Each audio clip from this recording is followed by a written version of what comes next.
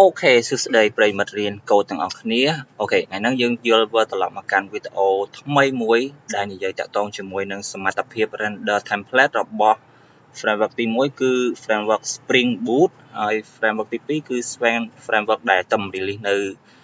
khai bay nắng cứ laravel7 ok tổng ở khía đang ai tha framework tầng pi nắng nè na để che muối không chấm nắm pi nắng nơi sọc dương cứ hồ càng nghe sủa ban mình tên tàng Spring tàng laravel ao tại che cứ sầm bô càng nghe mình tên cho lỡ dương mà mưa phiệp khăn robot smart phiệp robot ca render template robot framework tầng pi nắng ok nó khôngនេះដែរគឺយើងអាចឃើញថា Springboot គឺវាប្រើភាសា Java base ហើយតាក់ទងជាមួយនឹង template engine ដែលយើងប្រើជាមួយ Springboot នោះគឺយើងនឹងជ្រើសរើសយក Simly ដែលជា template engine ចុងក្រោយហើយសាហាវ support មួយ Springboot ហើយសម្រាប់ CS framework របស់យើងគឺប្រើ Bootstrap 4ជា framework CS ចុងក្រោយដែរអូខេកន្លែងមកមើលLaravel framework វិញ Laravel framework 7នេះគឺវាប្រើភាសា PHP ហើយ Laravel វាបានភ្ជាប់មកជាមួយ plate template នេះគឺយើងអាចយកមកកាត់គឺជា master template របស់ framework បានអូខេហើយចំណុចដូចគ្នាគឺយើងប្រើប្រាស់ template ឬក៏ CS framework នោះគឺ Bootstrap 4ដូចគ្នាចឹងទៅមើលទាំងអស់គ្នាតើនៅពេលដែលយើង render CS template របស់យើងហ្នឹងតើមួយណាវាមានសមត្ថភាពខ្លាំងជាងគេអូខេទាំងអស់គ្នាកុំភ្លេចចូលមកកាន់ page រៀនកូដរបស់យើងតើអ្នកគ្នាណាដែលអត់ទាន់បានធ្វើការ live ជួយ live page ម្នាក់មួយឲ្យហើយទៅហើយតើអ្នកគ្នាណាដែលអត់ទាន់បាន subscribe ជួយ subscribe នៅលើ YouTube channel របស់ខ្ញុំម្នាក់មួយដូចគ្នាអូខេអញ្ចឹងយើងចូលទៅមើលទាំងអស់គ្នាអូខេនេះគឺជា template មួយដែលខ្ញុំបានធ្វើការបង្កើតវារួចហើយអញ្ចឹង template នេះគ្នាយើងបានមើលទាំងអស់គ្នាគឺជា template របស់ CS ធម្មតាគឺយើងប្រើ Bootstrap 4អូខេ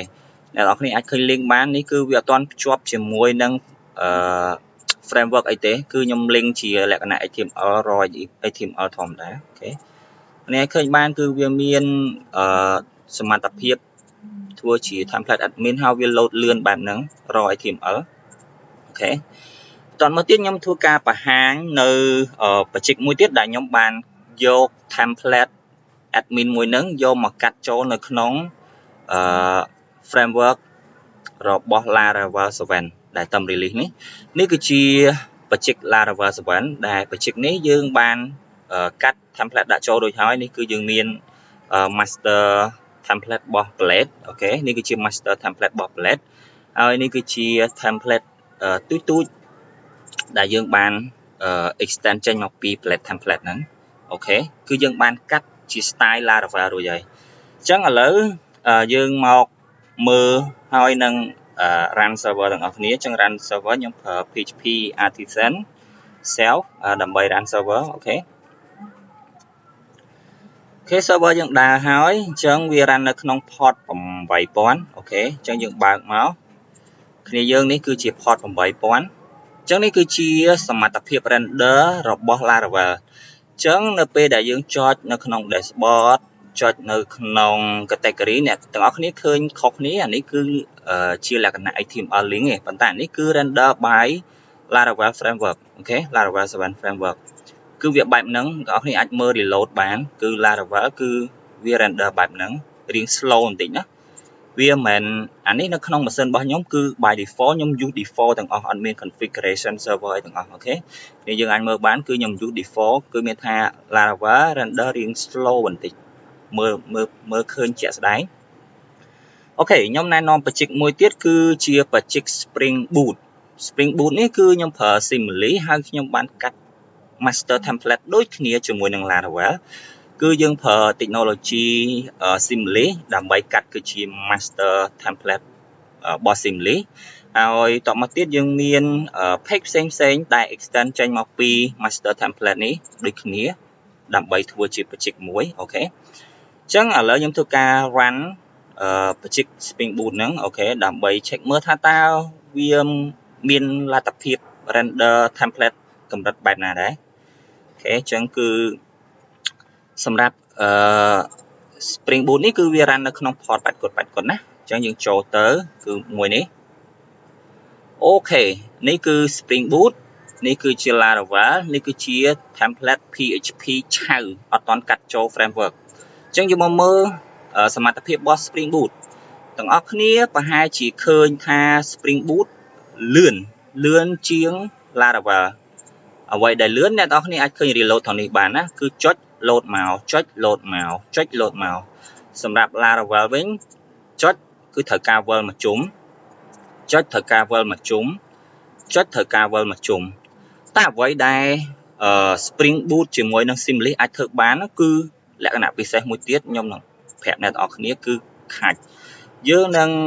enable ខាច់របស់វាទៅ true ហើយយើង save អញ្ចឹងserver វានឹង restart ម្ដងទៀតតើគ្នាអាចឃើញបានថាមិញហ្នឹងអត់ទាន់មានខាច់ក៏ Springboot នៅតែលឿន render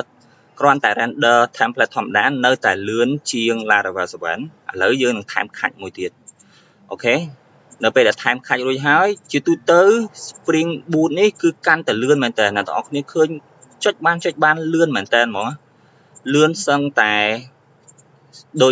ដូចជា HTML raw នេះអ្នកនរគ្នាអាចឃើញអត់ HTML ឆៅគឺចុចបានអញ្ចឹង Springboot ជាមួយនឹង Simlist គឺចុចបានដូចគ្នាគឺវាមានខាច់បន្ថែមជួយបន្ថែមទៀតហើយសម្រាប់laravel7 នេះគឺបងប្អូនអាចឃើញបានរៀងវិលបន្តិចហើយបាន render template ឲ្យយើងវិលបន្តិចហើយបាន render template ឲ្យយើងអានេះបើយើងនិយាយមែនតើគឺខ្ញុំអត់ទាន់បានទាញ data ពី DB អីទាំងអស់គឺគ្រាន់តែ compare សមត្ថភាព render template ទេថាតើរវាង laravel ហើយនឹងរវាង Spring ហ្នឹងគឺមួយណាអាច render template លឿនជាងគេហើយប្រើនៅក្នុង local machine ដូចគ្នាអត់ទាន់បានប្រើជាមួយនឹង internet អីទេអ្នកនរគ្នាអាចឃើញបានខ្ញុំប្រើក្នុង local ទាំងអស់អញ្ចឹងសម្រាប់មតិយោបល់របស់ខ្ញុំគឺខ្ញុំគិតថា